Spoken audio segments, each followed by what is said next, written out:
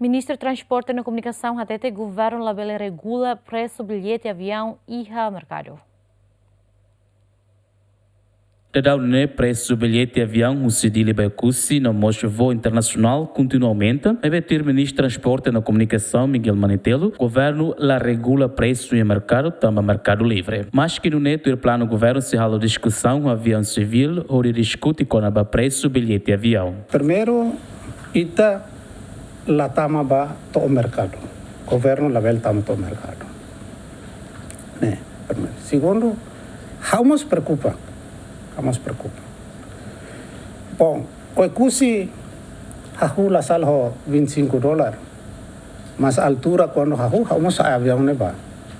E conversa o naine até te kata lai na sen mis am si sai ne. Itabel comprende ba o custo ne ho $25 ou $20.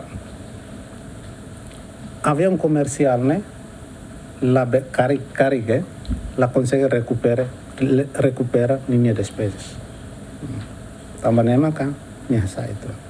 Mas ida be semo ba internacional é caro dune. Antes nele o plenário e Parlamento Nacional deputado Cira preocupa o preço do bilhete de avião de Levecusi, nebe antes ne dólar rua nulo, mas be agora aumenta ona ba dólar rua nulo resinente o dólar tolo nulo, no dili babali quase for em dólar atus rua tolo nulo to atus rua hat nulo. Adriano Verdial, Marito da Costa, GMN.